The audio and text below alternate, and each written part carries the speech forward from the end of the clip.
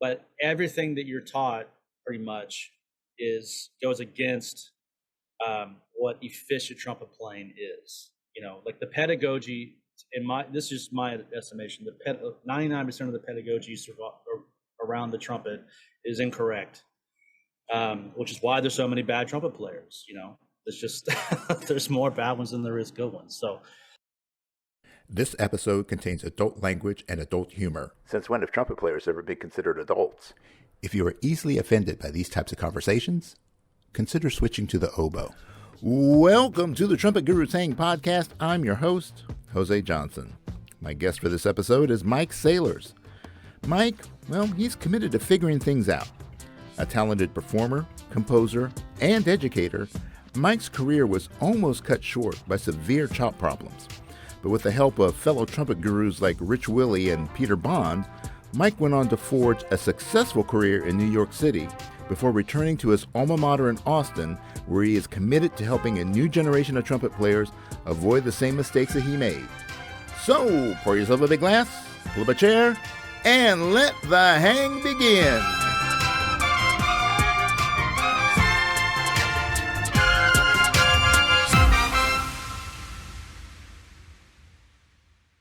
All right, and here we are, another fantastic episode of the Trumpet Gurus Hang, and I am joined by Mr. Michael Sailors. Mike, how are you, my friend? I'm doing good, my friend. How are you? Oh man, I'm just enjoying life. It's a crazy.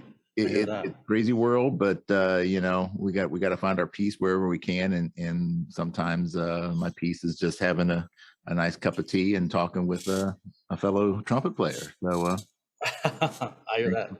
Thanks for participating in my therapy here. Of course, like I told you, I'm a big fan of your podcast, so I'm honored to be a guest on it. Oh, I'm glad we can make this happen. And you have been a connection for me for a few players.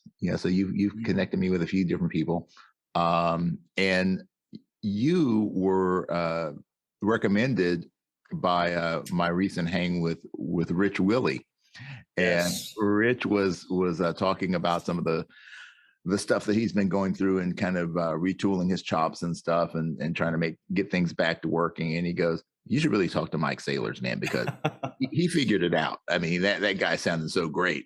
So I was like, yeah, Mike and I have been chatting about some stuff. I got to get him on the show. So here we are. So let's actually start there. You've been, Rich saying that you've been doing the kind of the retooling with the Reinhardt stuff and revamping your playing. I mean, when did that come about? How did that come about? And what are some of the changes that you've been seeing? I met Rich when I was doing my master's degree at Michigan State, and I was having like career-ending job problems. So when I went to go see him initially, it's because I was reading things that he was writing online about Reinhardt and how Reinhardt was really about taking broken down trumpet players and then fixing them, which is what I was experiencing. I mean, I couldn't play like a C in the staff. I would go to play and it just would be air, and it would hurt when I played. So I did. I moved to Michigan to do my master's degree at Michigan State, and during my undergrad, I was a lead player and trying to learn how to play jazz, but not really a great jazz player. But I could play the trumpet when I was in my undergrad. I wasn't a great trumpet player. I wasn't a great musician, but I could play high notes and I could play loud and all that stuff. So when I got out of school, I started working, professionally, and I did some cruise ship stuff and was playing in some bands around North Carolina. And I started just injuring my top lip a lot. And it got to the point where when I relocated to Michigan, my top lip just gave out, it just stopped. I stopped doing anything, So when I found Rich, during the first lesson I had with him, I literally couldn't play, and he would probably tell you the same. It was just air, And by the time I left the lesson, I was playing like I wasn't even hurt anymore after that. So, the Reinhardt stuff really got me playing again. And then over the course of the last 12 years or so, I've been able to take it and drop some things, introduce other things by taking lessons. I studied with Peter Bond for a little bit when I was in New York, and his approach paired with Reinhardt really was the solution for me, and so it's been a long road. I mean, somebody who was smarter probably would have quit a long time ago. I struggled for a long time, but I do feel like now I've figured something out to where I know when I pick up the instrument, I know what it's going to do, Whereas I spent a long time opening the case and not knowing what was going to happen, whether I was going to be able to play or make the job or not, and just struggle and have to hide, So Rich and a couple others, Doug Elliott is a great trombone player who really knows Reinhardt stuff really well. Dave Sheets in New Hampshire, I went and studied with him when I was in Michigan. Those guys really, if it wasn't for those guys, I would have quit. I mean, just no way I would have been able to make a career playing. I just couldn't physically play the instrument. Yeah. But it's amazing. It's frightening how many people have experienced those sort of situations. And I guess what you never know is how many people never found the help that they needed to get through those. How many guys have tremendous ideas and tremendous contributions they could make to the trumpet community, but they just got stymied by the fact that they couldn't play anymore. So hearing from somebody how I had this problem, it was career ending, but I was able to find a solution. That things like that give me hope. I mean, a lot of people contact me now to take a lesson or two because they've read and know about me being able to overcome issues, and they're having their own issues. And so I tell them all the same thing. If I can figure it out, then like literally anybody can. I'm not that smart of a guy, I don't think. I mean, I'm not an idiot, but the problems I had were so, I literally just couldn't play the instrument. After a long time, I was sort of naturally gifted at the instrument when I was a young person, and I took to it very quickly, but I spent a long time, like I said, just not being able to play at all. So if I can figure it out, I know anybody can. And the way that I play now, it's not hard to get into your own playing. I want to also drop another name that really helped me is Bryan Davis, who I know you've had on your podcast. He also helped me tremendously in his approach. And for me, when most people who are having issues, they're doing what most teachers tell them to do, which is to put a lot of air through the instrument. And that way, some people can seem to make it work, but the majority can't. And a lot of my teaching at the university here and in doing private sessions with people who are having problems, it's undoing that very ingrained habit of trying to put a lot of air to the instrument. It's just not a very fun way to play, Yeah. Well, and to me, I always feel like when I have a problem, I want to find the player or the professional in whatever avenue it is that has had the most trouble. I don't want to talk to the guy that picked it up and was playing double C's and triple tonguing. I don't either. Yeah, I don't either. They got nothing to teach me. And when exactly, and nothing against those people either. There's some people who they play the instrument so naturally that you can't tell them what to do, because even introducing a thought into their playing process might mess up the thing they have. But like I said, I work with some students here at UT that are not in my studio, but they're in the classical studio. It's classical side of the school, and there's wonderful players in that studio.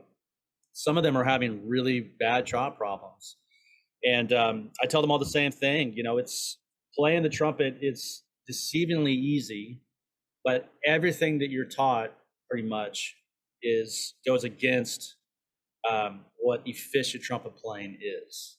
Like the pedagogy, this is my estimation, 99% of the pedagogy around the trumpet is incorrect, which is why there's so many bad trumpet players. There's just there's more bad ones than there is good ones. So in my teaching at UT, I have one student who just graduated who, when he first started studying with me, he couldn't play above a C in the staff, and so now he just did a senior recital and did all these hard classical pieces and sounded great. So, and I don't think it's because I'm a great teacher. It's just the things that I've learned through my own struggles. I've seen them time and time again work for people, just because it takes this sort of machismo thing out of the instrument that is so ingrained in the pedagogy. We have to blow a lot of air to the instrument.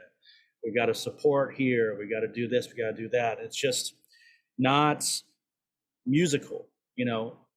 I heard this from somebody one time, and I tell my students this all the time. I said, when an oboe player in an orchestra has a big solo coming up, they're not thinking like trumpet players do. They're not thinking, I have to project my sound over the orchestra. I want to make sure the people in the last row hear me. They just play beautifully and musically. But you give that same solo to a trumpet player who doesn't really understand the instrument, and they're thinking all the wrong things. They're not thinking musically. They're thinking, I got to take this big breath, and I got to do this, I got to do that, I got to support here. It's just, and again, a lot of that has to do with the pedagogy of the instrument, just how the instrument's taught. In my estimation, a lot of it's just not great advice. So. So where do you think that came from? I mean, it had to start somewhere. I don't know. Maybe a lot of it has to do with teachers who are great players, but they don't really understand, how they do their thing. I don't know. I mean, I've been on the receiving end of a lot of that type of instruction and did very poorly with it, So to me, the great thinkers on the instrument right now are people like Peter Bond, Bryan Davis,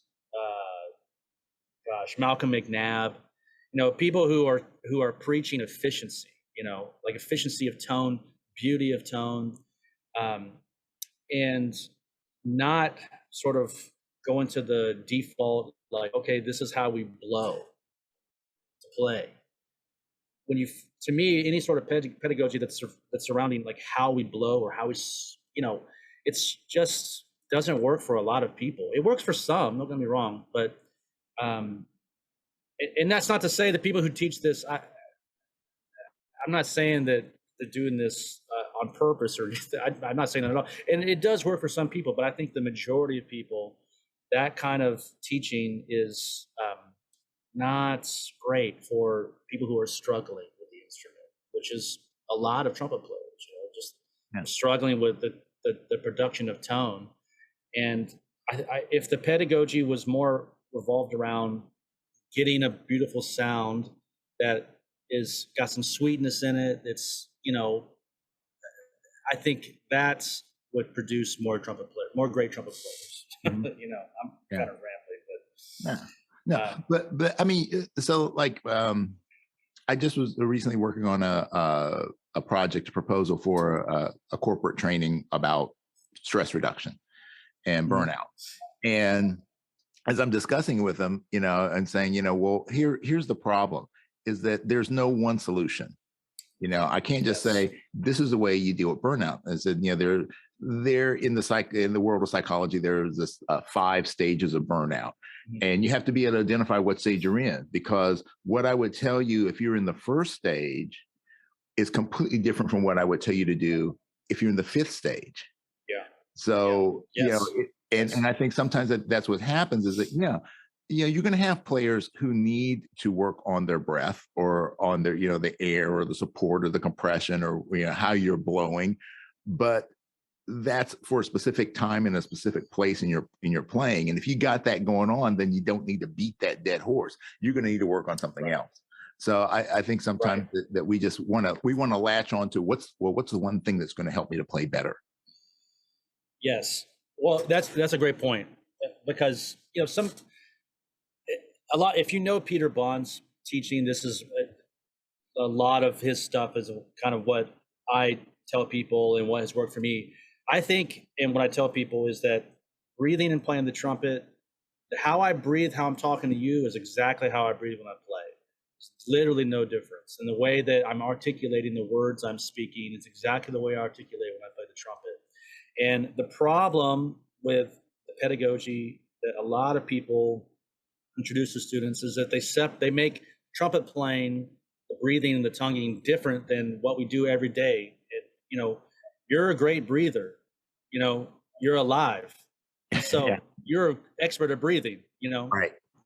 If you're alive, you're an expert at breathing, if you don't have some sort of respiratory issue. So, I see people coming in to me and they're doing this kind of thing. And the breathing is like, wow, that's really bad. The armature can be made to reflect any sort of teaching concept, and if you play like that and you sound good, more power to you. But the majority of people that I've seen, they don't sound good. And it has to do a lot with what they think they should be doing. It's like taking this monster breath and preparing your body for it. And, I think this hole is only so big. We only can put so much air into this thing. So if it's a volume of air thing, then you could give the trumpet to any single person and just say, hey, blow as much air as you can into this instrument. And they'd be able to figure it out. But that's obviously not the situation. So, Yeah. So I try to make everything just as natural as possible. And then and then tweak it from there rather than having to have students do these sort of special things. Like, okay, we have to support from here. We have to do this. We have to do that. To me, it's making it as natural as possible is sort of the best way that I've found in my own teaching. But, I haven't been teaching as long as other people, so maybe I'm missing something. Well, Yeah. yeah, but I mean, definitely, it does sound like you have that mindset already of that this is a constantly evolving process. There's always going to be more 100%. information that you're going to need to learn and to incorporate into what you do. So, I mean, pedagogy just, oh my God, I could talk about that for days because I mean, half of it would be bitching about how bad it is. And then, and then it would be like, trying to find creative solutions. But, when I ask you about like, why we might have some of these problems, I thought about this recently, and as much, and I'm going to do this with a caveat. This is one of my favorite trumpet players of all time, but he's even said he screwed a lot of people up, and it is Maynard Ferguson. And Maynard, sure, yeah. The thing about Maynard was so much of what he did was showmanship. The big lift the bell up, crank down, all the gyrations and stuff like that. There was a lot of showmanship involved in that. And as a kid, I tried to imitate that.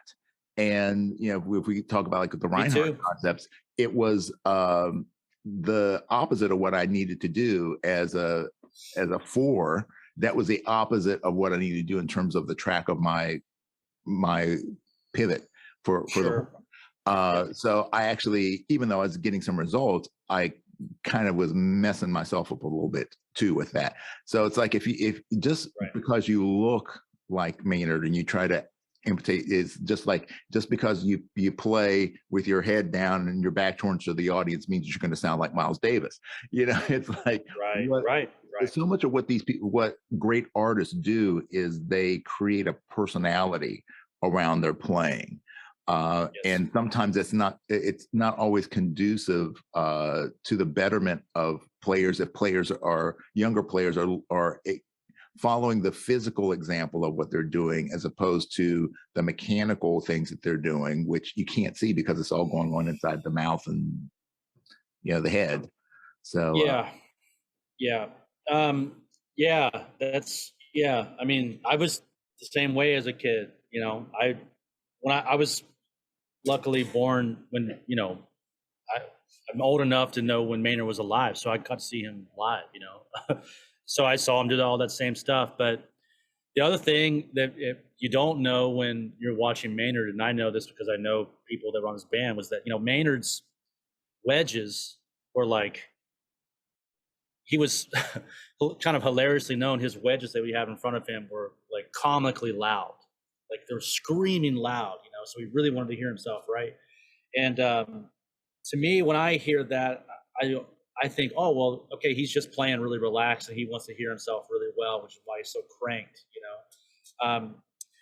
Yeah, I don't know how he played or what he thought about, but I only know what works for me and what doesn't work for me. And that sort of thing that you can glean from his playing, where he's like, okay, he's sucking all the room in the air and then putting it all through the horn. That just doesn't work. You know what I mean? Like, and anybody can sort of try to play that way that it appears, and find out for themselves. They're gonna pass out probably in the first song after they try to play a high note and do that, which I have done several times in my youth. But yeah, so the trumpet is, to me, I think that I always tell people or my students, the trumpet is kind of like a world of opposites situation. If you want to have a big sound, you got to aim small. If you want to be able to play really high, you got to aim small, and then learn how to get these notes to how to get the note, and then learn how to sort of lean on it to get some volume. But yeah. So like I said, I could go on for hours about pedagogy and stuff. And truthfully, it took sort of the pandemic for me. I was able to make the most progress I've made in years sort of during the pandemic, because gigs stopped, and a lot of practicing in this little, I call this like my little jail cells. This is in my backyard, and it's completely dead in here, and practicing and not worrying about trying to play over a band or something. Like, okay, let's just get my fundamentals really happening. And my overall thing is I think people play way too loud, and they're not understanding that the sound that they're hearing is not the sound that the people in the audience hear. This instrument is a very directional instrument. We don't have to make this instrument project. It's designed to project, and the sound that somebody 20 feet away hears is not the sound that we hear. And you can learn to trust that your sound is going. You can get out of this sort of habitual thing of trying to play too loud, because the sound is its best 20, 30 feet away, and so it takes a lot of courage to be able to play it that way. But I think when you start to learn how to play that way, you start to find it, okay, I'm really not tired at the end of this 4-hour gig. Like, oh, okay, I can play in tune. Oh, my articulation is really even all over the course of my registers. I wish I'd have found this out when I was living in New York. I mean, I spent a fair amount of time in the first part of my time in New York kind of struggling, because you hear these great trumpet players, and I was trying to keep up with their sounds and trying to play way too loud. And like I said, I didn't really figure out this part of the playing out until the last 5 years or so. Glad I did, but I wish I'd have figured it out in my 20s. Yeah. Do some more damage. Man, life would be a lot different. But yeah, it is what it is. So yeah. So speaking of which, like you had your career in New York, and now you're in Texas. So what's kind of been the driving arc for you to that move from, you're originally from South Carolina, correct? I was born in Charleston, but I grew up in North Carolina. Yeah, Charleston, South Carolina, North Carolina. Yeah. So what kind of got you from the South to the Northeast, now to Texas? Yeah. Well, I did my undergrad in North Carolina at the University of North Carolina in Greensboro, and then I moved to Michigan for 3 years. I did my master's degree there. That's where I started really having all my playing problems. But through my time with Rich Willey and a couple other guys, I was able to get enough chops together to move here to Austin. So I lived in Austin before I lived in New York. I did a degree here at the university. So When I was here, I was, here in Austin. Well, the scene back then was a lot different, but back when I was here in the 2000s, there was a lot of horn section work here, a lot of like club dates uh, and recording sessions. And so I was kind of in the thick of that scene, doing a lot of that kind of stuff. And I met a woman who's now my wife here. And when we first started dating, she told me that she was going to move to New York, and in like a year or so. I said, okay, that's cool. We were just starting our relationship, so I wasn't really thinking that much of it. But then we started to, get closer, and 6 months had gone by, and I'd met her family, and it was going really well. And then she told me again, hey, just FYI, in 6 months, I'm moving to New York. I said, okay, and I didn't really think much of it. I thought I could sort of talk her out of it. And then I graduated school, and for the first time in my life, I was actually making a living playing the trumpet and just playing the trumpet, not doing any sort of teaching. Because Austin's got a great music scene. It did then, and it does now. And 2 months before, she said, okay, well, I'm starting to make plans to move to New York. And I was trying to devise a way to talk her out of it. And through that, I just sort of talked myself into it. I said, look, I've always wanted to become, in that time, I wasn't really a jazz. I mean, I love jazz music, and I would consider myself an improviser, but I wasn't good, or anything like that. But I just wanted to be sort of an all-around trumpet player that could play and, make a living. But I'd always wanted to become a jazz trumpet player, like a for real jazz trumpet player. And so I told myself, I said, look, I'll go. I'm in love with this woman. I'll go. I'll give it 2 years, and if it doesn't, turn out the way I want to, I'll just come back to Austin and I'll play club dates until I want to retire or something. So I went, and it was literally the best thing that ever happened to me. I mean, I met, just from the jump, I met so many amazing players, and it inspired me to really deal with music in a way that I hadn't dealt with before. And like I said, it was the best thing that ever happened to me. And was able to, play with a ton of people and go on the road and play on Broadway for, almost 5 years. And it was like literally the best thing that ever happened to me. So, I was there for around 10 years. And around year 7,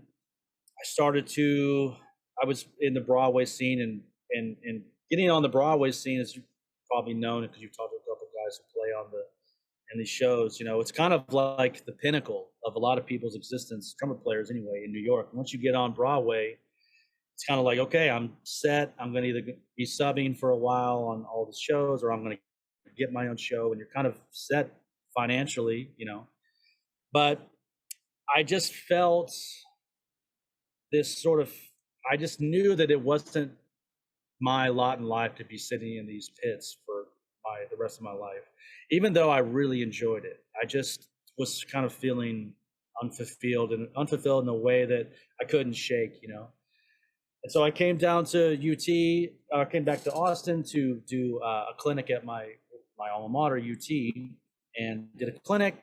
And the next day, the director of the Jazz Studies program took me out to breakfast and then sort of pitched me the job that they wanted to offer me.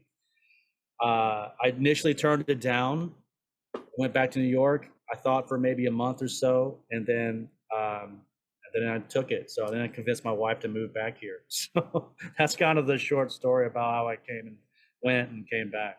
Yeah. Well, it's kind of an interesting point that you brought up about, the Broadway scene. If you're in New York, that's kind of like the epitome. In LA, it would be being in the session, like the movie session scene. Yeah. And you have people that come into those gigs, and then they're in there, they're in the hunt, and then all of a sudden go, no, this isn't for me. And Sure, right. I think that you're taught that this is what it means to be a successful player. If you're not playing Broadway, you live in New York, then you're really not successful. If you're not doing major studio dates in LA, you're not successful. if you're not teaching at a university level at one of the major schools, then you're not a successful educator. And I think so much of that is just complete crap because, Oh yeah, you it's know, all crap. Yeah. it's about where's your passion, where's your talent? Because I mean, you know, like we're talking about teachers, I know great players that are horrible teachers, and I know good teachers. Me too. teachers teachers that are great at doing like this, you know, super high level stuff, but they couldn't teach a beginner. And if we don't have all of those things, then we're lacking so much of the fullness of what makes music and trumpet playing in specific such a wonderful thing. So Yes. you know, so as an educator, um, you know, how do you help budding students get a better sense of direction, you know, Yeah. of where they can make the most impact in their lives? Yeah, that's a great question. And honestly, that question, the answer to that question is why I left. You know, why I wanted to leave. So I'll answer it, then I'll circle back. So for me, I mean, I'm still figuring it out too. You know, I just finished my 3rd year at UT as the you know, jazz trumpet professor, and you know, I'm still learning. You know, I luckily had great teachers, and so I have a good model in my mind of what a good teacher is. But you know, each semester with my private students at UT, you know, I'm finding like, oh, okay, well, you know, what kind of student is this person, and what do I need to do to encourage them, to get them to be their best self? You know, I know what I need as a student, and I know what I respond to, but I realize that not everybody's like me. And for me, the most important thing is just being excited about the music, which is not a hard thing for me to do. I mean, I still love music just as much as I did when I was a kid. So I try to be super enthusiastic about playing and working and encouraging students to get out in the scene. Here in Austin, we're so blessed. There's a great music scene here and a great jazz scene. Not, you know, a lot of places they've got good music scenes, but maybe they don't have a good jazz scene. There's a great jazz scene here with great players, and projects and all kinds of stuff of people are doing. So encouraging students to get out in the scene, hiring students on my gigs, you know, even though they might, the gig might call for something that's a little bit out of their uh, ability, you know, but encouraging them to sort of rise up to the occasion, you know. But just being enthusiastic about the music, being on top of my stuff, on, you know, the horn and yeah, just being like, just trying to set a good example of what I think students need to be able to do and the kind of people they need to be successful in you know, having successful with their life in music. You know? A lot of people, I think, they wonder, oh, you know, how am I going to make this work? Am I going to be able to make a living playing? My answer is yes, you can. If you want it, you can have it. It's not easy, but you can have a life in music if you want it. You need to find your lane with what you're going to do. And you need to really take care of the music. You need to be a great person. But yes, these things are attainable if you want them. So, so when I was sitting in those pits, especially like the last 2 years, the year and a half I was there, I like you were saying, I would get upset at myself because I wasn't happy with what I was doing, you know, and I knew I should be because I'd worked, you know, and again, like there's a lot of trumpet players in New York who don't want to do that at all. You know, Bryan Davis doesn't play on Broadway shows. He doesn't want to, you know, a lot of people don't want to. For me, I love that sort of old New York thing about playing on Broadway. You know, you sit down in your chair, you punch a, you know, the time card, you know, air quotes, you punch the time card, you do your job, the show gets done, you go to the bar afterwards with all the trumpet players, you have a drink and you go home. I liked that aspect of it, the hang aspect of it. But musically, it just was, I don't know, I just, I would get upset at myself because I wasn't as happy with it as I should be. And I started thinking in the pit, like, wow, I think that my goal, my lot in life is to help people like me when I was a kid be able to do the things that I've done in my career. And I started to really romanticize that thought in my head. And that's how I sold my wife on us moving from New York, because she really didn't want to move. We both love New York, but I said, I don't think this is what I'm supposed to do. I think I'm supposed to help kids like me who want to do this find how to do it. So, yeah.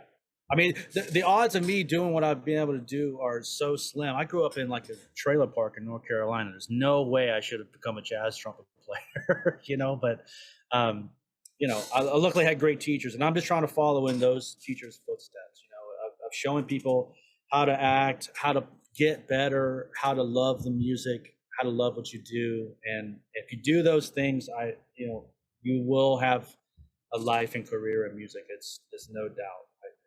For me, I've seen it happen too many times. Yeah. Well, and that's you see it in the trumpet world, obviously, but I mean, it's just part of human nature, because you see it in every avenue of life where people have an idea of what they want to accomplish, what it means to be successful or be happy or anything like that.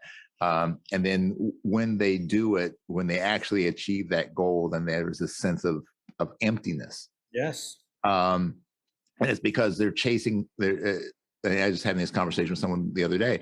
They're chasing an outcome instead of a process. Yes. So when you become engaged in the process, so if your process is that you want to help others, well, that's where your education comes in. If your process is to push your limits musically or technically or things like that, then that's going to be a different kind of thing. And when you do it that way, you're never bored, and you're never like feeling empty, because there's always going to be that next step. Yes. And so I think that's really cool, though, that you have found at least and also in terms of the idea that our lives to go through stages, and what was important to us when we're 20 maybe isn't so important to us when we're 40 or 50 or 60. Yeah, man. Yeah. And, huge.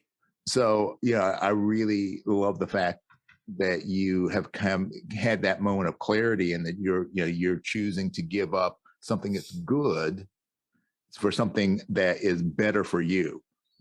So yeah, and it wasn't easy too. I mean, when we first moved here, we moved here the fall of 2019, so right before the pandemic started. When I moved back here, we got settled in, and I said, like, oh shit, what did I just do? Man, I just blew up my freelancing career in New York City, where people like I was living someone's dream, not every person's dream, but I was living someone's dream, man, playing on all these great projects and playing on Broadway and going on the road and doing record dates, and then moving here, and I was just like, gosh, man, like, did I make the right decision? But it didn't take long for me to go back to how I was feeling before when I was in New York. It was like, yes, I wanted to start a family with me and my wife wanted to start a family.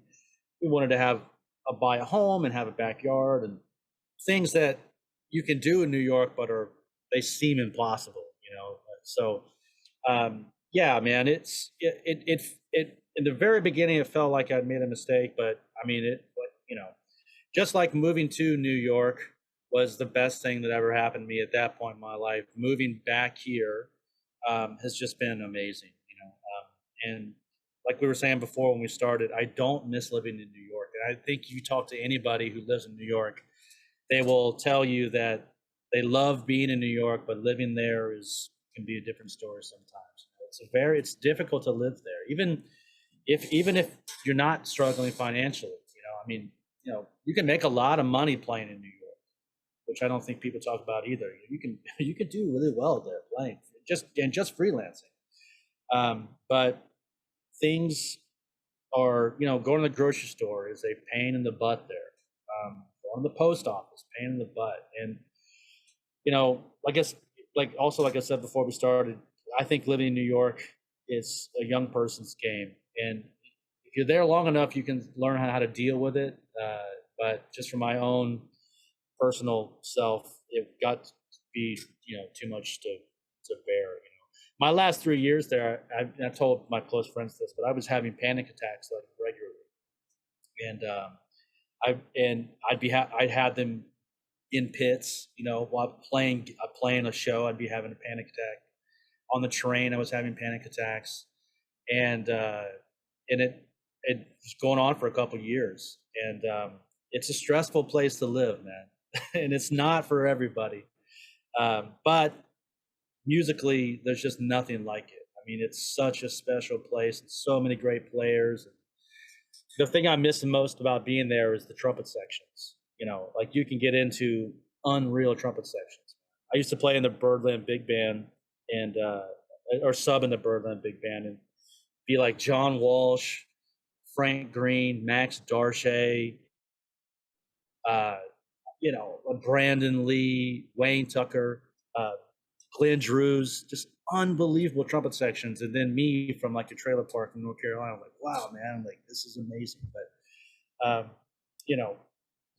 again, I'm rambling. So no, it's all good, man. That progress. And like you said, you're living somebody's dream. Yeah. And it's, you want to make sure that you're living your dream. Exactly. And, and granted, whether you're from a trailer park in North Carolina or you were, born and raised in Beverly Hills, we all have to go through those struggles. Yes. To make it. Now, some paths are easier, but just because the path is easier doesn't necessarily mean it's a better path. Yeah, man. Yeah. Reach. Yeah, man. Yeah, it's true. It's true. Yeah. It's true. Yeah. So I mean, have you ever heard of the concept of ikigai? No. Okay, so it's like a Venn diagram sort of thing, and so it's for helping people figure out what they should be doing in life, And so it's like if you have 4 circles, one circle would be what you love, and then one circle is what you're good at, and then another circle is what you can get paid for, and then the 4th circle is what the world needs.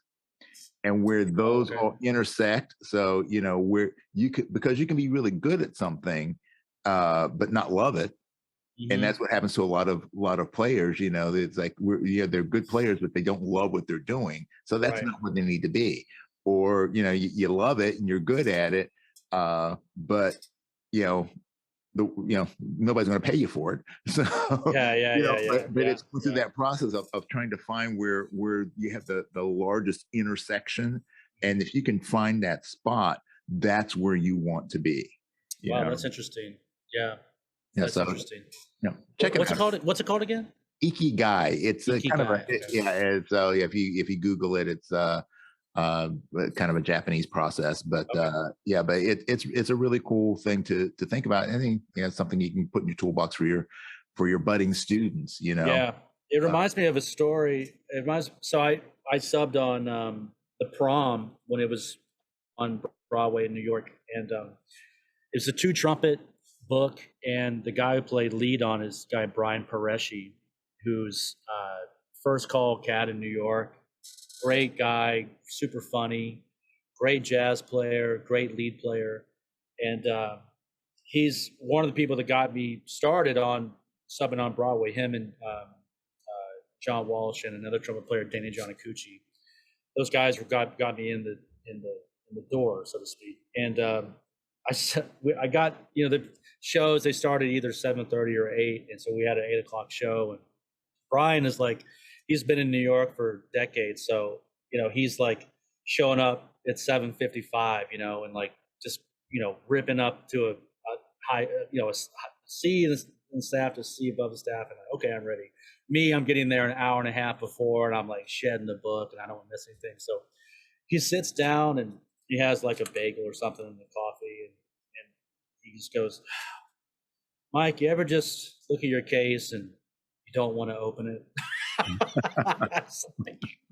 Like, no, I haven't been like that. He's like, yeah, well, I guess it's time to go to work. And they took his instrument out and just killed the show. I mean, he's such a great player, but it's that kind of thing is, and I get it now as I get older too. You know, I'm almost 40 now, and the jobbing aspect of the trumpet in New York City can be like that. You know, it's not always just fun. And I think that's something that young people need to realize too about playing music. Some gigs you get on, they're not fun, you know, but we do them because this is what we do for a living. And you know, and the gigs that are fun and highly musically rewarding, they make those gigs not as bad. You know, Bryan is like, you should have him on the podcast, man. He's great, you know, he's an unbelievable trumpet player, super funny. And you know, he plays with everybody in New York. He's such in high demand. But you know, if you ask him, it's like, yeah, man, he's like, this is a job. You know, it's not like all fun and games all the time. And I think for a lot of students, when they get into the real world after they get done with school, that's very hard thing for them to realize. Like, oh yeah, like I need to do this gig. It pays really well, but yeah, it's not going to be like, I'm not going to be taking a bunch of solos in this thing, you know? So, yeah.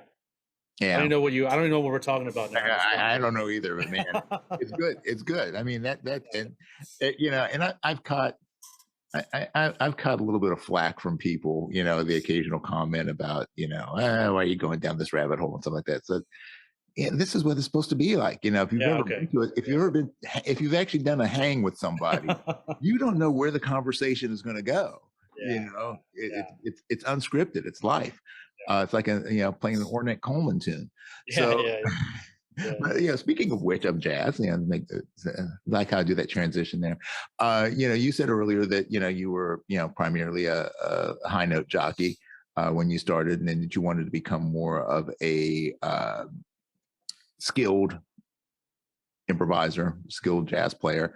You know, what did you do? I mean, how did you develop the vocabulary and the chops and the courage basically to put yourself into that position? Well,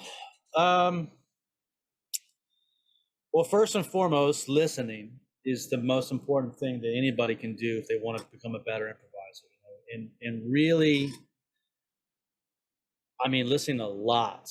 And I've always been sort of a voracious listener of music. I mean, you know, I love playing, and I only have one hobby outside of this, which is golf. But I mean, I love listening to music.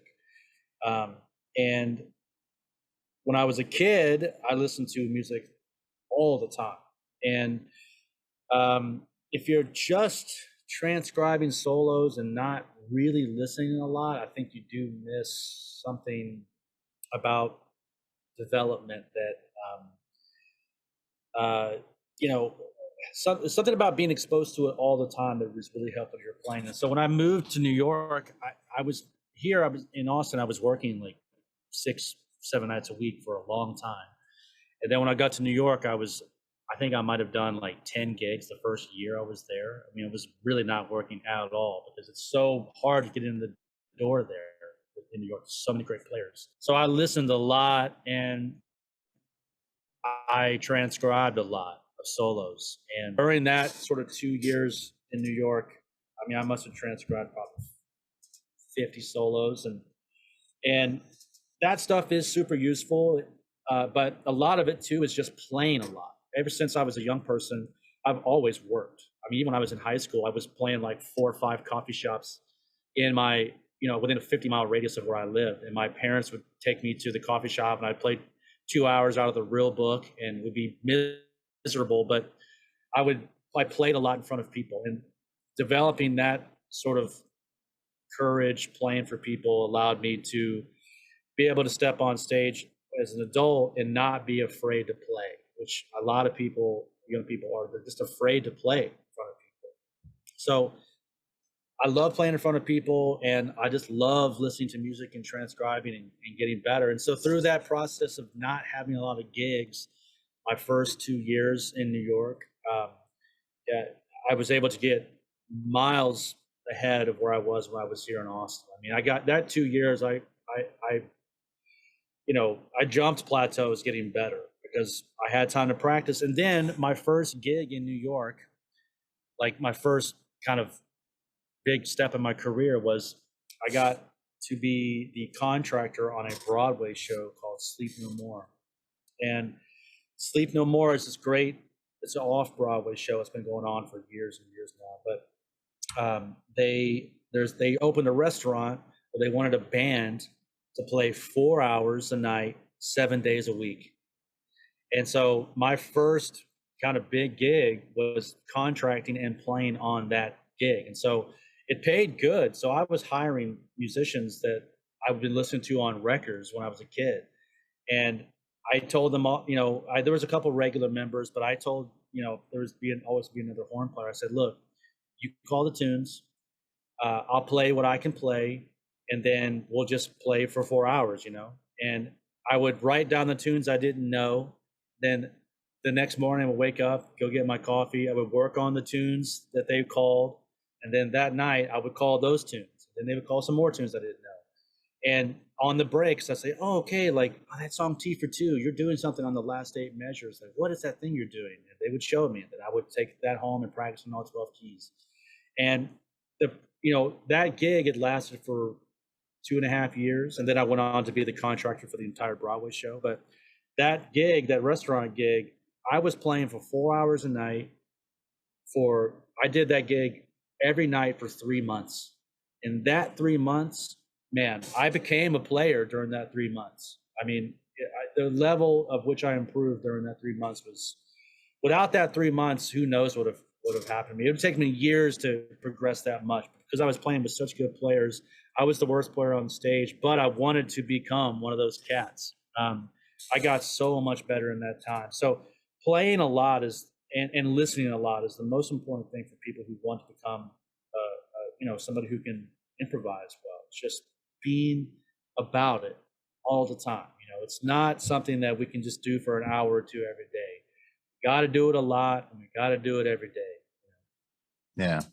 Well, and there are a couple things that I picked up on that. It's like, well, like you're saying, one, you got to listen, you got to do it, and it's surrounding yourself, whether it's virtually or through listening to recordings, or the best is just being around, being with people who speak that vocabulary. Oh, and yeah. do that immersion, like they would say, learning a language, so being with those guys. And then it's that balance of shedding at home, but bringing it to the stage, because there's so many people that either don't want to shed, so that becomes very apparent, or the ones that want to spend all their time in the practice room and never want to go out and actually try and apply it on the stage until they feel like they've got it perfect. Yeah. And it's got to be that, learn, stumble, fix it, do it again, and just keep going until it finally works out. Yeah. Have you ever read that book, The Art of War, by Stephen Pressfield? I have not read The Art of War by Stephen Pressfield. I mean, I've read the original War of Art. Yeah. So this book. He wrote this book called The War of Art, and then he wrote another book called Turning Pro. Mm-hmm. Those two books, literally changed my life when I was a young person in New York, because it made me think about my practicing in a way that wasn't something that I had to do. It was something that I wanted to do to get this desired result. I wanted to be one of the cats in New York that was getting called for these type of things, playing at Smalls, and so I got for a long time, and I'm still like this too. I keep a practice journal. It's very detailed. This is the things I'm going to work on today. This is my goal for the end of the week. I want to be able to play this thing, or I'm working on this tempo, and approaching your practice in a very methodical way. That way, you're not just kind of horsing around when you practice. It's just playing your instrument for 4 hours is useless if you're not working towards some goal, in my estimation. You have to be working toward having something under your fingers. That way, when you get on the gig, it's right there. You don't have to think about it. It's right here and it's automatic. Same thing with trumpet technique. The way that I do practice and the way I play, it allows me to the way I play is I'm not attached to the sound. I'm attached to the feeling of playing correctly, which I know it flies in the face for a lot of different pedagogies, but the emphasis is on primarily the sound. But for me, I focus on the feeling of playing, because I can go back to that feeling every time, and I know what it feels like to play really wrong and really hard. But having a desired goal in mind is, I think, really important when you're practicing, and allows you to become measurably better faster. You can say, okay, well, 6 months ago, I really couldn't play in the key of D flat. Now I can play in the key of D flat. Okay. So thoughtful practice is super, super important. I think was for me in my development, because I wasn't that way naturally. I just would sit down and play for 4 hours and go, oh, okay, I practiced for 4 hours. That's not really practicing. Yeah. Yeah. Well, yeah. And here's a question for you, because, you've got people that and that are going to be in the audience. They're going to be in varying points in their career. And, when you're younger, or when you're like a full-time working pro, you may have time, you may have more time to spend in your practice. But even with pros, sometimes if you've got a busy like recording schedule, you don't always have 4 to 6 hours to practice. Or if you're a recreational player or a part-time player, and you've got a day job and you got gigs at night, well, how do you make the most of the practice time that you have allotted? Maybe you only have 2 hours of practice a day. Maybe you only have an hour to practice a day. What are some of the things that you would suggest to people, like, okay, this is the way you should most effectively structure your practice and areas that you want to hit on? Well, I would say to analyze those people. I mean, it's all situational, right? Like a 20-year-old, what they practice and how much they should practice is very different than somebody who's like 40. The most important thing for the trumpet is tone production. Are you able to produce your tone with a minimal amount of effort, getting the maximum amount of result, right? The maximum amount of sound. So I don't really practice trumpet stuff much anymore, other than because I don't get myself in situations where I'm feeling super beat up, but things I'm always telling there's a great book written by this Dutch trumpet player, I can't remember his name, Frank Vanderpool, called Less is More. And his whole approach is, like I said before, getting the most amount of sound with the least amount of effort. And so working on tone production, working on just playing like G to G in tune, nice mezzo piano sound, getting that happening and getting the feeling of playing easily, right? So working on tone production. And then musically, what helped me a lot as a jazz player was picking one person and working on that person for a long time. So I picked Kenny Dorham because a mentor of mine, Rodney Whitaker, who played bass with Lincoln Center Jazz Orchestra, and Roy Hargrove, and Terrence Blanchard, all these cats. He said, oh, you should just pick somebody. Like, how about Kenny Dorham? I said, okay. I knew who he was from Art Blakey and the Jazz Masters, but I didn't really know much else. So I would sit, and if I just had 20 minutes, I'd transcribe 4 bars and really learn how to play that just like he did, and work and focusing on precision rather than 20 minutes of precise practice is way better than 2 hours of kind of bullshit practice. And just being really concise with what you're working on and focusing on precision.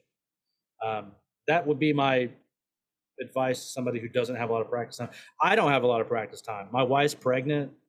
I have some practice time now because it's like school's out, but during the school year, I'm still working like 3 or 4 nights a week and then teaching full time. So I do a lot of my practicing through my teaching of lessons. But I do think if you're a young person you're a it doesn't matter if you're a trumpet player or not, but if you're trying to do this, there should be a time in your life where you're practicing 4 or 5 hours a day. I mean, I know trumpet teachers sometimes will say, "Oh, you don't want to practice too much because you don't want to hurt yourself." But you need to find a way to play where you're not hurting yourself, so you can have 4, 5 hours of dedicated practice time. That's what's going to take to become a cat, on the scene, wherever scene you're at. 2 hours a day, that's good, but it takes a lot of work, man, to get there. And you want to be able to. I had 5 or 6 years in New York where I was practicing 4 or 5 hours a day, and it's easy there because you're working at night. So during the day, my wife would go to work, and I'm sitting there and I'm practicing out of the Clark book. I'm playing etudes. I'm learning tunes at the piano, and it's not just all trumpet stuff. I'd be at the piano learning stuff, but when you're a young person, take advantage of the free time you have, because when you get older, like my age now, you just don't have that time. It's just only 24 hours a day. So yeah. Those are some solid tips. I like that for sure. So you said that you kind of did the deep dive on Kenny. Mm-hmm. Other than it sounded like he was just kind of like the first name that got thrown at you. And you're just like, yeah, what the hell? I'll just go ahead and do that. Yeah. But as you dove into his playing, like what are some of the big things that you like impacted you and that helped you to continue doing that deep dive? Well, Kenny started as a saxophone player, and when you start to when you really listen, when I really started listening to Kenny Dorham, he does things that other trumpet players don't do harmonically, and just sort of like his phrasing. He has a very peculiar way of phrasing certain things. Like sometimes he'll just lay into like a note in the staff. He'll just lay into like on beat 2 or 3, kind of hold it out. And he's the only cat that I've ever heard do things like that. But when you check out people like Dexter Gordon would do that too. Would just lay into this sort of lay into a low A flat or something, or some kind of whatever key or tune we're playing. But he plays certain phrase things not like a trumpet player plays, and he also has a very interesting way of navigating 2-5-1s, and so his playing to me is striking because it's very melodic, but he's plays differently than like Freddie Hubbard or Lee Morgan or other cats that were the names in the 60s. Clark Terry. He just got a different way of playing. Art Blakey called Kenny Dorham the uncrowned king of the trumpet. That was like, I refer to him that as in the liner notes of some record. And what he's meaning by that is that he didn't have the star power of Freddie Hubbard or Lee Morgan or other cats, pops that were alive in the 60s. But what he was doing and how he was playing was just as inventive and unique as those other cats. But he just didn't play with the fire that Freddie Hubbard or Lee Morgan or pops played with. So digging into people like that is good because you start to realize the things that make them special. And the more you do that with people, the more you can readily do that in your own playing and find the things that you do that can make your playing special. So the people that I've checked out the most are Clark Terry, Kenny Dorham, and Louis Armstrong.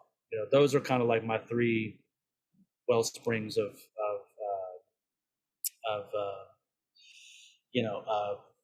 like my 3 cats, who I go to the most to either transcribe or to listen to when I'm in the car or something like that. So, my playing reflects those 3 cats. So when you hear my playing, I think that if you know that, you can like, oh yeah, I can hear that those 3 guys are in there.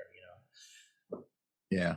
Well, I mean, and it is very much that personality thing, that comes through, with Lee, the phrase that always gets associated with him is sassy. Yeah, sure. Very sassy. Yeah. And Freddie has just got, not just fire, but it's got a level of swagger to it. It's just like, like that brash kind of thing. And Clark, to me, I love Clark. CT, I think, for people who never listened to him, you just got to listen to him, because if you listen to him and then you watch like an interview with him, his playing and his personality are so in alignment. Oh yeah. Oh yeah. And it's like listening to him play is like listening to him speak. So like you're talking about like Peter and, and his concept of like the singing trumpet and stuff like that. It's there is no difference between him singing, him talking, him playing. Oh yeah. It's all Clark. Oh yeah. Oh yeah. I mean, Clark Terry, I think, is probably one of the greatest trumpet players to ever live. Not just jazz, but I mean, his trumpet playing, he has what Jim Pandolfi calls like that kind of sound that makes you smile. You don't have to be a trumpet player to enjoy the tone that he got. It's light, it's right on top of the pitch. It's not this sort of like blary sound. It projects, it's perfect, right?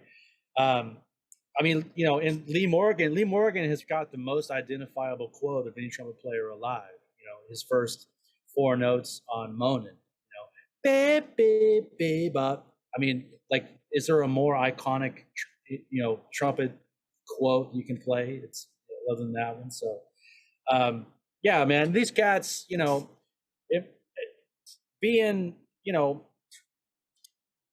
these cats and the way they are and their personalities, and I mean, I never met any of these guys, but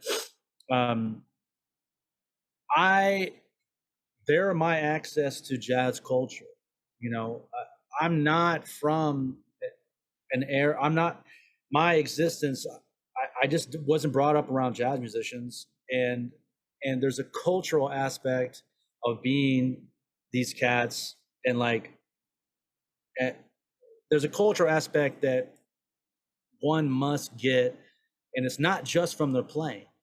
It's how they talk. It's how they dress, and that aspect of the music is very important to get, especially if you're someone like me who's not, I didn't grow up in that culture, Yeah. It's very important to the music, and respecting these cats, and respecting not only just how they play, but their personalities, is very important. I think it's very important. Yeah. So like right now, who are there any players that you could point to and say, yeah, this is kind of one of the cats that I think is kind of going to move the needle a little forward in the jazz culture? I don't know, man. I mean, I know the cats I like. I love Leroy Jones. Leroy Jones is like I'm obsessed with him right now. I've been obsessed with him for a long time, but I should have named him in my 3 cats, but he's another one that's very important to my musicianship, just because his sound and the way he plays and his phrasing is very appealing to me, because I love New Orleans music so much. So for me, especially in New York, I played a lot of traditional jazz music, and that kind of playing influences all of my type of playing, no matter what kind of setting I'm in. That kind of playing really influences me. So I love his playing.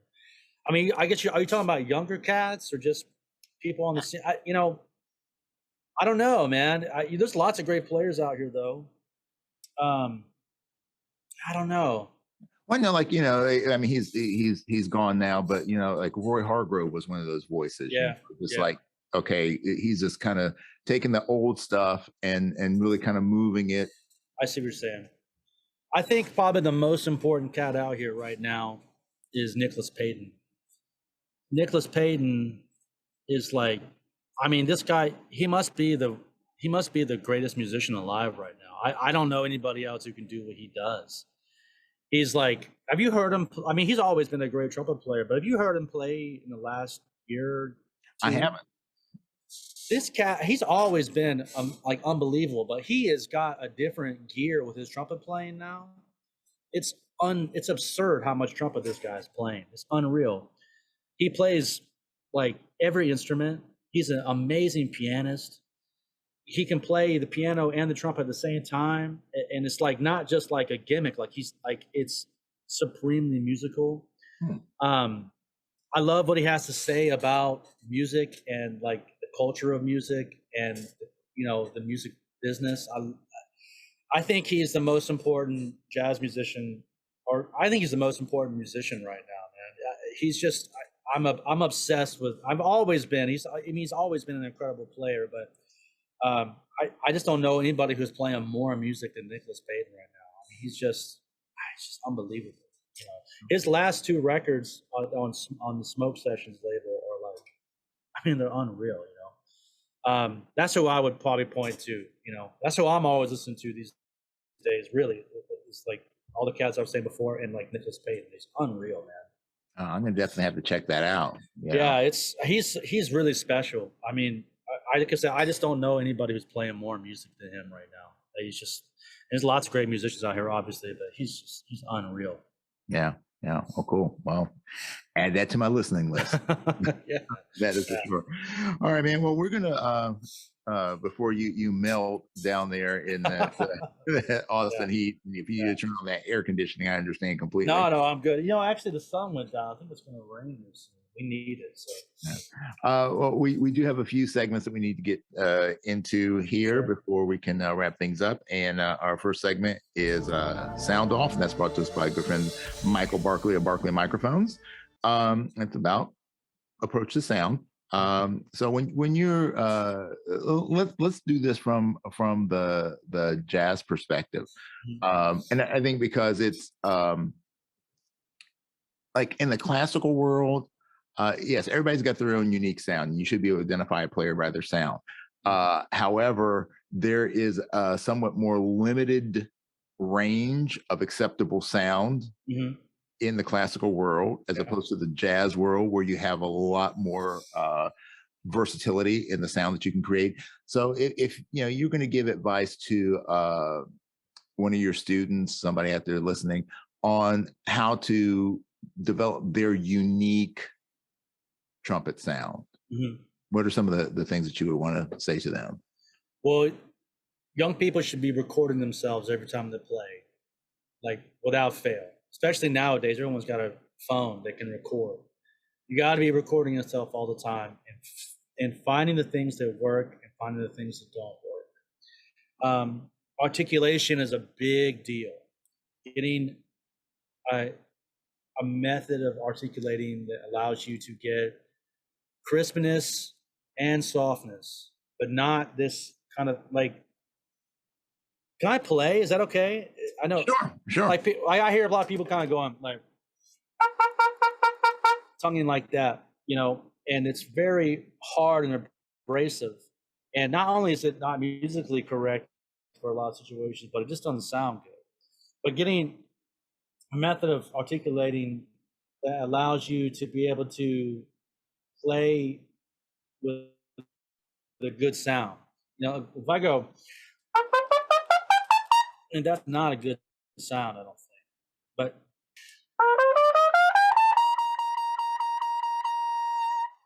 smoothness, and working on smoothness a lot in your playing will fix a lot of things in your sound. Not playing too loud. Just like I was saying before at the beginning. What you hear behind the bell is not what they hear. You got to come to terms with that. You got to learn how to listen to your sound from out there. And it takes a lot of courage to be able to do that. But you can't judge your sound based off what you hear. And then tone production. Everything comes from tone production. Range, flexibility. It all comes from how easy can you produce your buzz. Or produce your sound. Oh, I probably shouldn't have said buzz. But how easy it is to produce your sound. You want to be able to produce your sound very, very easily.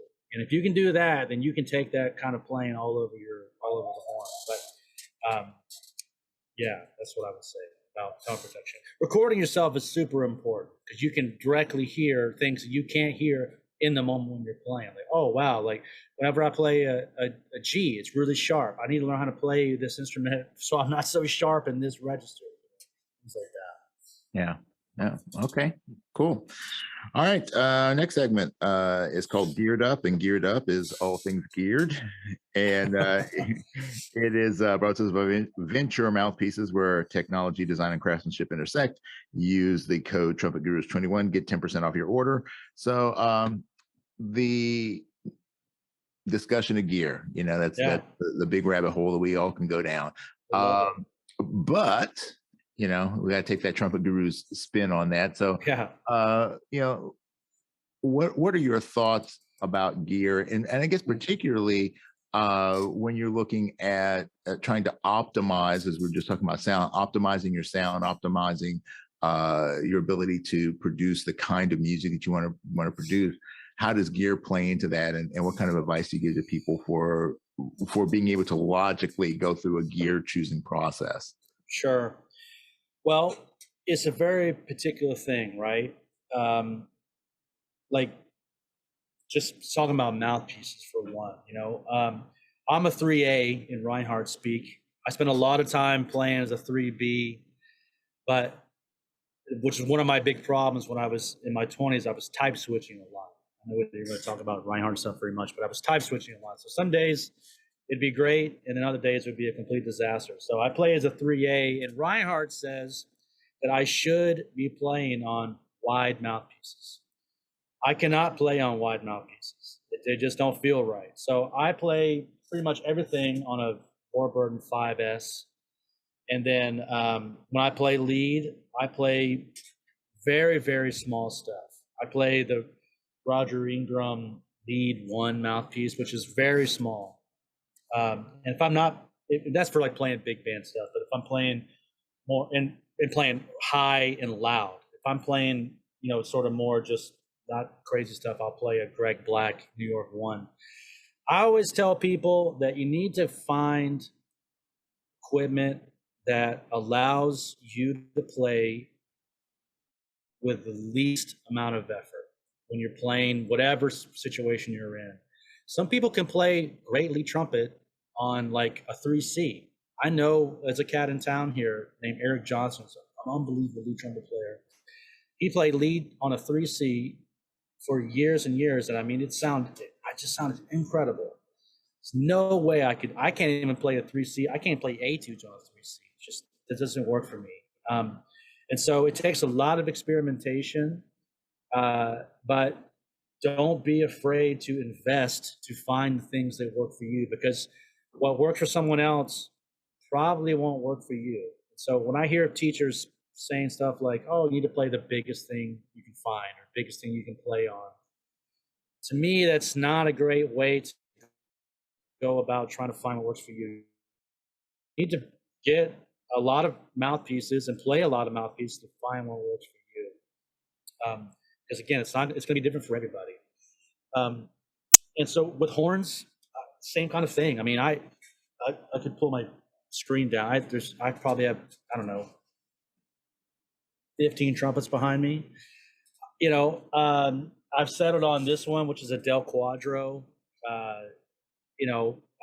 For me, for what I do, being a jazz player who plays lead trumpet, it works really good for me. It might not work for somebody else, but the point I'm trying to make is like, you need to try a lot of stuff.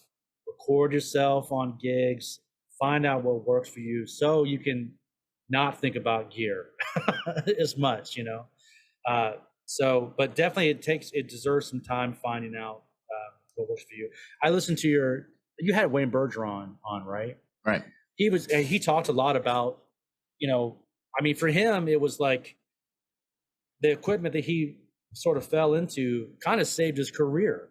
Like he was having all these problems, and he found a diameter that allowed him to get some vibration happening. And, that's Wayne Bergeron, So it's like, you got to try a lot of stuff, and don't be afraid to try things that are off the beaten path, find what works for you, because there's a lot of stuff out there, and it's in your best interest to find what works for your anatomy, for your T structure, your list. We all got different components to work with. Yeah. Well, and there's always the outliers. Like you're saying, there's a guy that can play a 3C and can play. Yeah, Jerry Hay is one of those guys. He did all his work on a 3C. Okay, fantastic. But then there are other people that you have the opposite end of the spectrum, like Lou Soloff. Who every other note he was changing a mouthpiece. Yeah. But somewhere between those two extremes is probably what's going to work for the average player. But I think that the one thing that people tend to forget about is the changes that occur in us as we both improve in our playing. So as you become more efficient or less efficient, you may have to change your gear because as your approach to playing has changed technically, you have to change your gear. And as we age, Yes. Bryan Davis hit me to this Roger Ingram lead one, and when I first got it, I could not play it. I mean, I couldn't play a note on it hardly. And I remember telling him that, and he's a nice cat, so he's like, yeah, well, this, that, and maybe this and that. But I think probably what he knew at the time was that, like, I'm playing really incorrectly, and that's why I can't play this thing. So now when I spent a lot of time during the pandemic practicing on that mouthpiece. I don't know if you're familiar with this mouthpiece. It's like the 60s Maynard mouthpiece that he played on the roulette stuff. Right. I might be wrong about that, but Maynard played it during a certain time in his career. And it is comically shallow, comically tight. It's a 30 drill. I mean, you can't try to be putting a lot of air through the mouthpiece. It's just not going to work for you. But with me practicing on that mouthpiece, it made me realize, oh wow, like these notes are really close together. If I do this all the time with people. If I go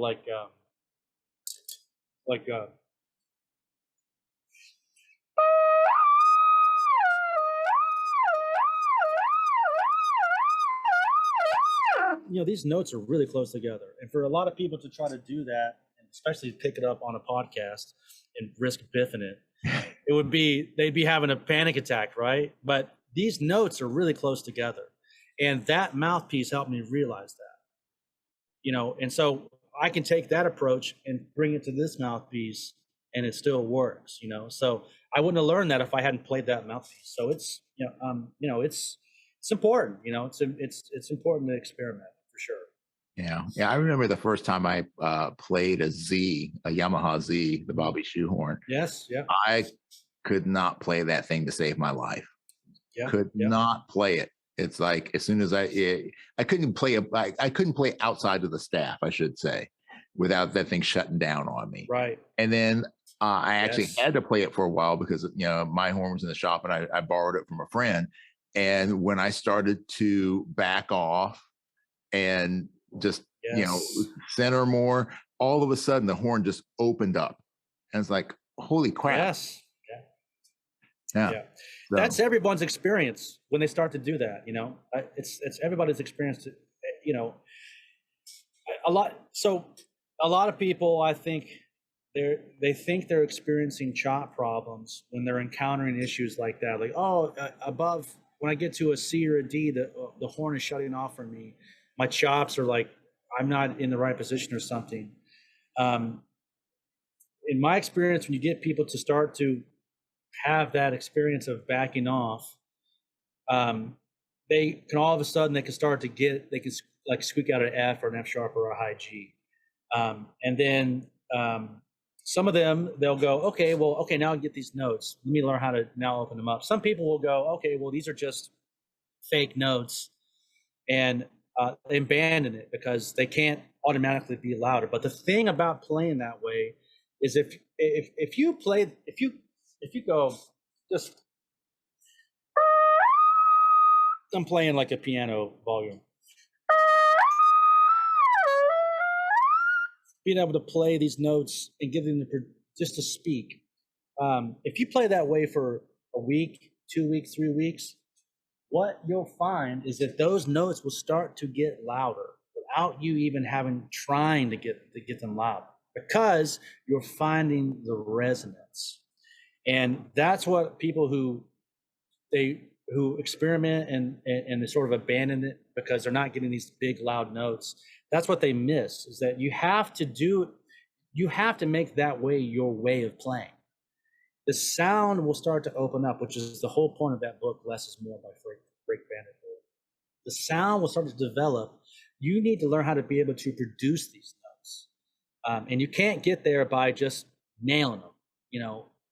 That will work some days, but you won't be able to pick up the horn and be able to produce those notes, which is, again, sort of the fundamental basis of my teaching now, and what took me a long time to figure out. And I'm glad I figured it out now. I wish I'd figured it out twice. I know in the Stevens method, he talks about statics. So just kind of getting these like whistles almost to come out of the horn, and that, like you just do that, and then the note will start to develop the sound. And I know Doc has a very similar concept that he talks about, like some of the, what is it, puff ball or putty ball or something like that, kind of playing where you really kind of playing these super, super soft notes, just trying to get them to speak in the register.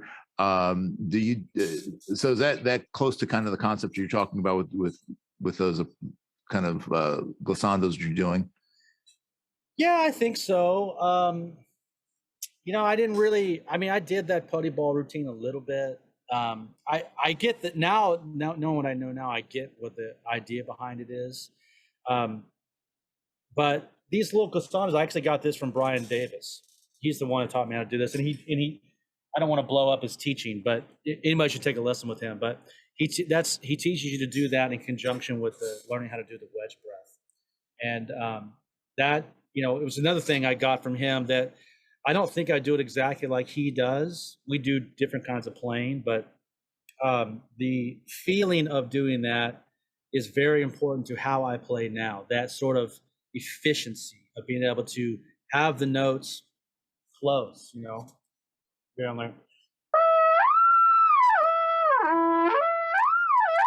Being able to have the notes feel close like that is a big part of my overall approach and how I teach, so the putty ball thing, I understand what it is, but I didn't really do a lot with it, to be honest with you. I know Rich does it a lot, or he did. Yeah.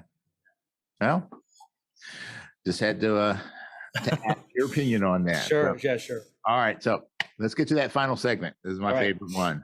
And this is the Robinson's Remedy Rapid Fire Round, brought to us by good friends at Robinson's Remedy, that rapid relief of those beat up chops from those 4-hour salsa gigs. That's right. So this is just a series of questions that goes all over the place, and just a little bit of fun to end things out. So, Mike, are you ready? Yeah. All right, let's do this thing. All right, who's the biggest influence on your life that is not a trumpet player? Gosh, my father. What's your favorite book? The Art of War by Stephen Pressfield. War of Art by Stephen Pressfield. Sorry. Art of War is by Sun Tzu. Yes, by Sun Tzu. Yeah. All right. What's the worst movie you've ever seen? Oh my gosh. Let's say the last Miles Davis movie that came out with Don Cheadle. Okay. If you weren't a trumpet player, what would you want to be? Some sort of engineer. Right. What's your favorite drink? Makers on the rocks with a splash of water. Ooh. I'm with you, except for the splash of water in the rocks. That's how Frank Sinatra took it. He took it with a splash of water on the rocks. Oh, okay. Yeah. All right. You could have a dinner party and invite any 3 people in the world, any 3 living people. Who would you want to have there? 3 living? Yeah. Other than friends and family, because they're going to be there anyway. Any 3 living people. Sure. Let's say Wynton Marsalis. Gosh, my inclination is to get weird. Get sort of 3 people who are super weird to get together. Let's say Wynton Marsalis, John Faddis, and Wayne Bergeron. Oh, man, what a hang! Yeah. I'll make sure I'm there with the camera for that one. Yeah. 3 additional seats at your dinner table for any 3 people from history, any 3 people no longer with us. Louis Armstrong, Jimmy Heath, gosh, Ornette Coleman. It's either going to be a great discussion or a fist fight at that dinner. Yeah, I think a little bit of both. Yeah. Especially if the makers is flowing. Yeah, right. All right, lacquer, plated, or raw? Raw. All right, thanks for that, Mike Del Quadro. Is that a Grizzly or a Grand Campagna? This is the Grande Campagna, and this horn was made for Marquise Hill, and it's the only thing that's different about it is it has this bell that was made by Andy Taylor. So this is not a copper bell. This horn this is the last horn I'll ever play. It's unbelievable. I love that horn so much. Mike does great work. He does. And he's got a great beard. So he does have a great beard. I bought it from Trent Austin. Shout out to Trent Austin. Yeah, shout out to my boy Trent. Yeah. All right. Next question. What is your favorite quote?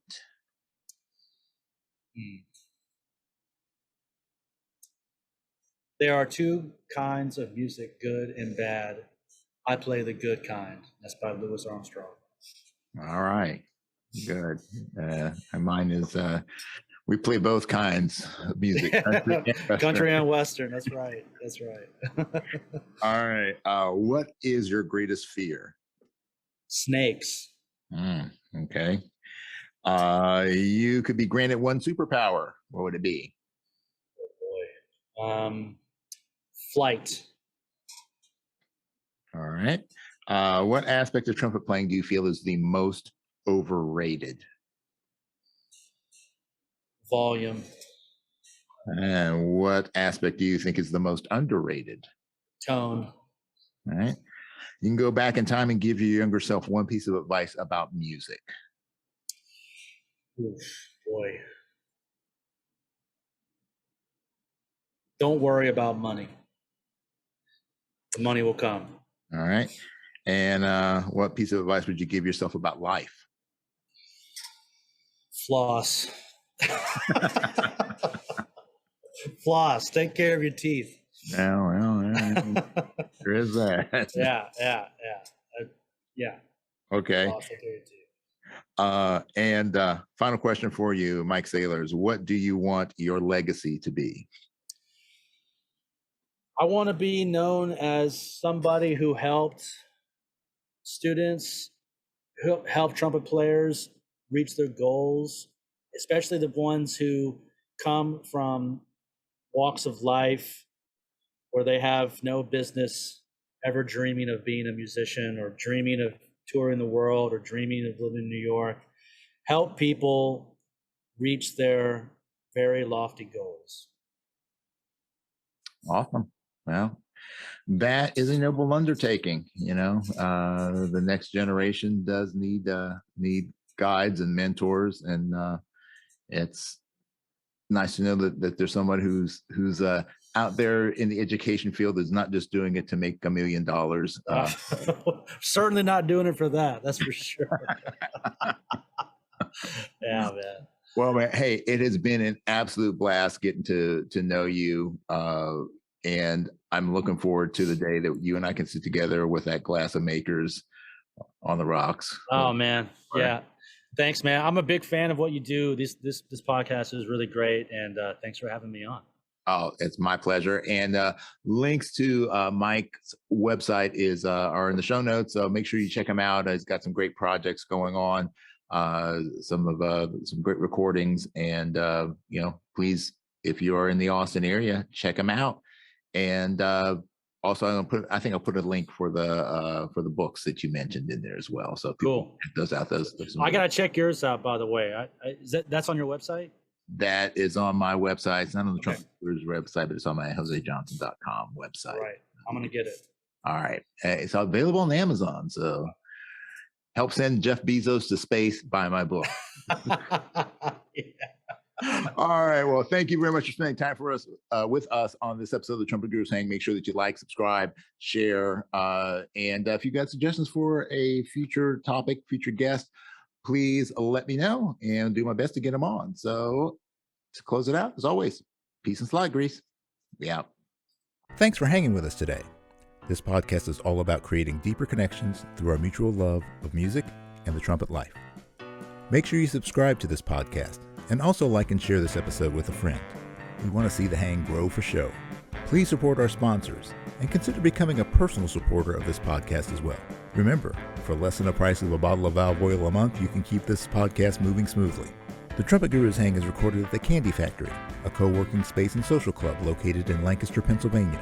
Jose Johnson is the executive producer. Post-production editing is by Mitch Bowers. Our opening theme song was composed and performed by Lexi Signor, and our closing theme music comes courtesy of The Greatest Funeral Ever. Incidental music is by Ethan Swayze and Jose Johnson. Graphic design by Ann Kirby of the Sweet Corps. The Trumpet Gurus Hang podcast is produced in collaboration with the So Good Lancaster Media Group.